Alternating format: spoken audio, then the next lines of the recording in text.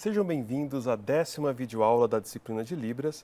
Hoje nós vamos tratar de um dos aspectos da estrutura da gramática das línguas e sinais. Nós falaremos das unidades formativas dos sinais, ou seja, dos elementos que compõem as palavras das línguas sinalizadas. Esta aula se baseará num artigo meu com o professor Plínio Almeida Barbosa, do Instituto de Estudos da Linguagem da Unicamp, no qual nós não apenas tratamos das unidades que formam as palavras da Libras, mas também discutimos a forma como essas unidades variam quando são efetivamente produzidas, usadas pelas pessoas surdas.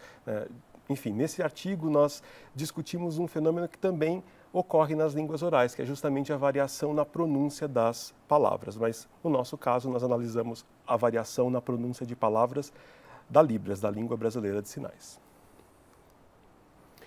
O primeiro trabalho que demonstrou para a comunidade científica que as línguas de sinais são línguas naturais, por exibirem princípios estruturais semelhantes àqueles que são observados nas línguas orais, foi o trabalho de William Stokoe em 1960.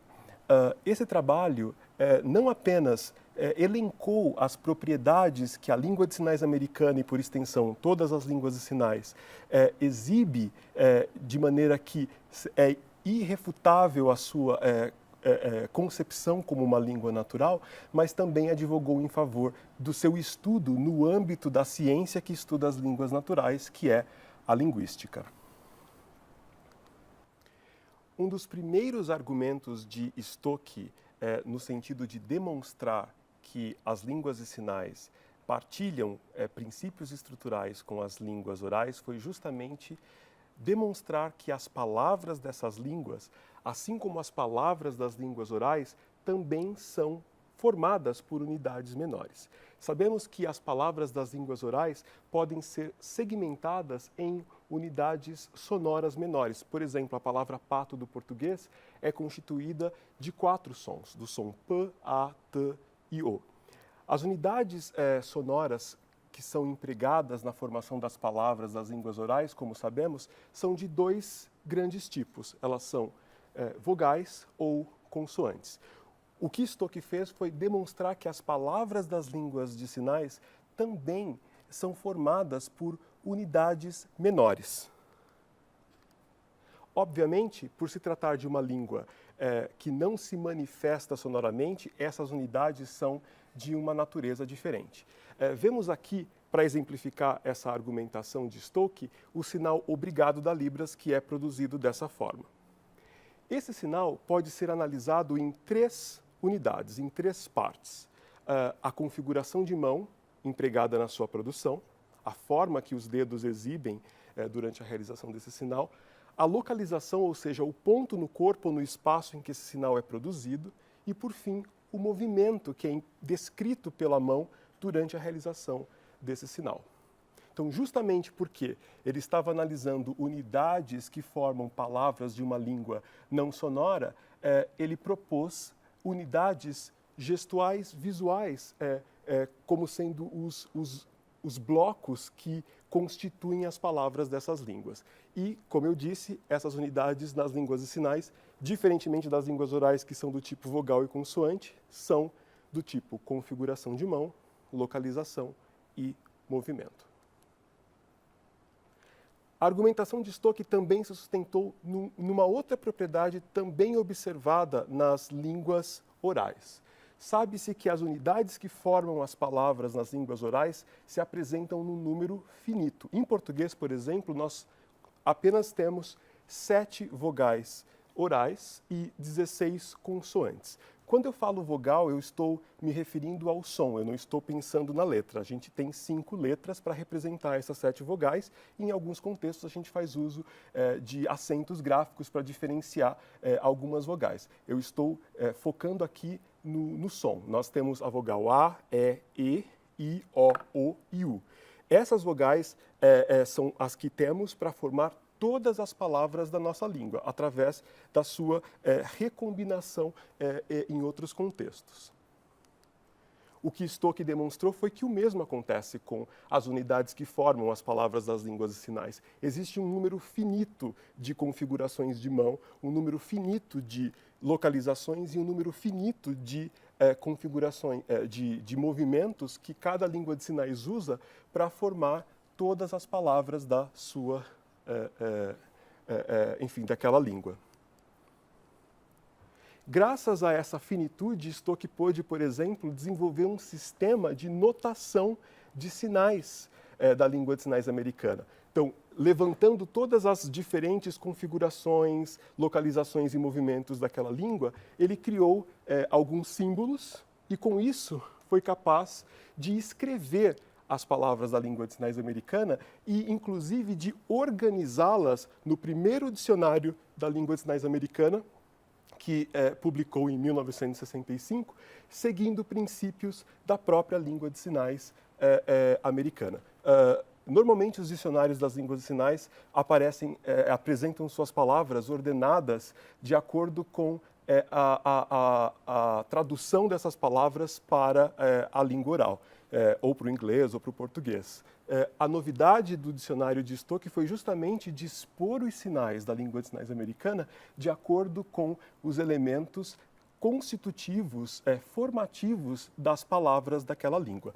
Vejam aqui 3 palavras da língua de sinais americana escritas no sistema de Stokke. O primeiro exemplo representa o sinal verão, que é feito assim, que é produzido assim em língua de sinais americana. Esse símbolo representa o lugar em que o sinal é feito, o X representa a configuração de mão e esses símbolos finais representam o tipo de movimento que o sinal apresenta. Então, atribuindo símbolos para cada um dos elementos que formam as palavras das línguas de sinais, Stokke conseguiu desenvolver um sistema que lhe permitiu escrever os sinais e organizá-los numa determinada ordem no seu dicionário da língua de sinais americana. Justamente porque essas unidades são finitas e justamente porque as línguas precisam, enfim, expressar vários conceitos, as línguas recombinam, reaproveitam, reutilizam esses recursos, recombinando-os para formar novas palavras. A gente sabe, por exemplo, que em português o som A reaparece na formação de várias palavras da nossa língua, né? Aqui temos alguns exemplos em que esse som aparece em diferentes posições, no início, na segunda posição, no fim, ou até mesmo se repetindo dentro de uma mesma palavra. O que Stokke demonstrou é que a mesma coisa acontece nas línguas de sinais. Dado que os recursos são finitos, dado que nós temos um número fixo de configurações, movimentos e localizações, a gente precisa reutilizá-los para formar todas as palavras daquela língua. Eis aqui alguns exemplos que mostram como os recursos que estavam ali presentes no sinal obrigado da Libras são reutilizados na formação de outras palavras. Então, essa configuração de mão reaparece em palavras como estudar, começar, casa, orar. Reparem que os verbos são representados em português por meio da forma infinitiva, porque, como disse em aulas anteriores, os verbos na Libras não têm marca de tempo ou de pessoa. Então, os linguistas de língua de sinais convencionaram representar esses verbos em português por meio da forma neutra dos nossos verbos, que é a forma infinitiva. A localização de obrigado, que é a lateral da testa, reaparece na formação de outras palavras da Libras. Por exemplo, lembrar, evitar, entender e cultura. O movimento presente no sinal obrigado, que é feito através de um movimento reto para frente, reaparece, por exemplo, no sinal pedir, no sinal filho, fedido e satisfeito. Satisfeito no sentido de ter a fome saciada. Reparem que as palavras filho, fedido e satisfeito aparecem com o arroba. É um recurso que os linguistas de língua de sinais usam para dizer que a forma em Libras não tem uma marcação de gênero, tal como tem em português. Com esses exemplos, vocês veem que os elementos que estavam presentes na formação da palavra obrigado da Libras são reutilizados, reaproveitados na formação de outras palavras dessa mesma língua. Além do fato de demonstrar que os sinais das línguas de sinais são formados de unidades menores e que essas unidades são finitas e, portanto, devem ser reutilizadas na formação de outras palavras, Stokke também demonstrou que, assim como nas línguas orais, as unidades que formam as palavras das línguas de sinais são distintivas de significado. O que isso significa? Isso significa que elas não têm significado intrínseco, mas têm a capacidade de, se trocadas por outra, produzir uma outra palavra, ou seja, expressar um outro significado. Em português, se nós trocarmos o segmento sonoro inicial da palavra pato pelo som B, nós produzimos uma outra palavra e expressamos um outro significado, tá certo? O que Stokke fez foi mostrar que a mesma coisa acontece nas línguas de sinais. Ou seja, que as unidades que formam os sinais também são distintivas de significado. Para ilustrar isso, tomemos a palavra Canadá da Libras, que, como a imagem mostra, é produzida dessa forma, com essa configuração de mão, nessa localização em cima do peito e com movimento de bater repetidas vezes. Se nós trocarmos a configuração de mão em A pela configuração de mão em P, nós produzimos uma palavra diferente em Libras. Agora nós vamos dizer Palmeiras, o time, né, e não mais o país. Então, reparem que a mesma coisa que aconteceu lá no português, quando eu troquei um segmento inicial da palavra por outro, está acontecendo aqui no exemplo da Libras. Trocando uma configuração de mão por outra, produz uma outra palavra, ou seja, expressa um significado diferente. É dessa forma que a Libras contrasta lexicalmente suas palavras, por meio das unidades que formam os seus sinais. Um outro argumento usado por Stokke para demonstrar que as línguas de sinais apresentam princípios estruturais semelhantes àqueles atestados nas línguas orais diz respeito ao fato de que as unidades que formam as palavras dessas línguas também podem sofrer variação, ou seja, também podem ser realizados de formas diferentes. Em português, nós sabemos que a nasalidade é distintiva. Por quê? Porque se em vez de lá nós dissermos lã, nós estamos, enfim, produzindo palavras diferentes, cada uma com significados diferentes. Porém, em alguns contextos, a nasalidade não é distintiva. Tanto que nós ouvimos algumas pessoas falando banana e outras dizendo banana. E ainda assim, nós não temos nenhum problema de comunicação. Em ambas as situações, nós entendemos que as pessoas estão se referindo à mesma fruta. Stokke demonstrou que o mesmo acontece nas línguas de sinais, ou seja, as unidades que formam as palavras dessas línguas também podem sofrer variação sem que isso acarrete mudança no significado dessas palavras. Tomemos como exemplo o par de sinais amarelo e grátis da Libras. O sinal amarelo em Libras é expresso por esse sinal, com essa configuração que nós chamamos de configuração de mão em 1. Já o sinal grátis é expresso por esse sinal, que é formado pela configuração de mão em B. Bom, comparando esses sinais, a gente observa que eles são muito parecidos. Eles têm a mesma localização, ambos são feitos na face, têm o mesmo movimento, o movimento para baixo. A única diferença entre eles é justamente a configuração de mão. Isso reforça o que dissemos anteriormente, que as unidades que formam os sinais são distintivas de significado. Entretanto, existem casos em que essas mesmas configurações podem alternar sem causar alteração no significado da palavra, tal como vimos no caso da nasalidade no português.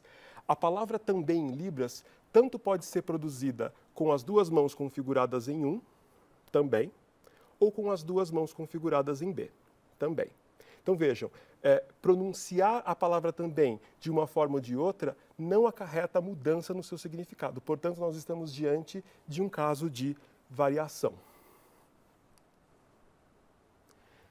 Embora tenha demonstrado que as línguas de sinais apresentam princípios estruturais semelhantes àqueles observados nas línguas orais, Stoke não deixou de reconhecer que existem diferenças também.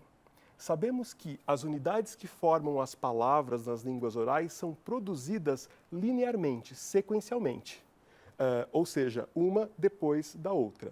Curiosamente, interessantemente, na verdade, as línguas orais exploram essa sequencialidade e, com isso, permite, por exemplo, que nós contrastemos palavras unicamente pela ordem em que os mesmos segmentos, presentes em todas elas, são dispostos na linha do tempo. Nós vemos aqui 3 palavras do português, constituídas pelos mesmos sons, só que a diferença entre elas, o que marca, o que contrasta essas palavras entre si, é justamente a ordem em que os sons aparecem.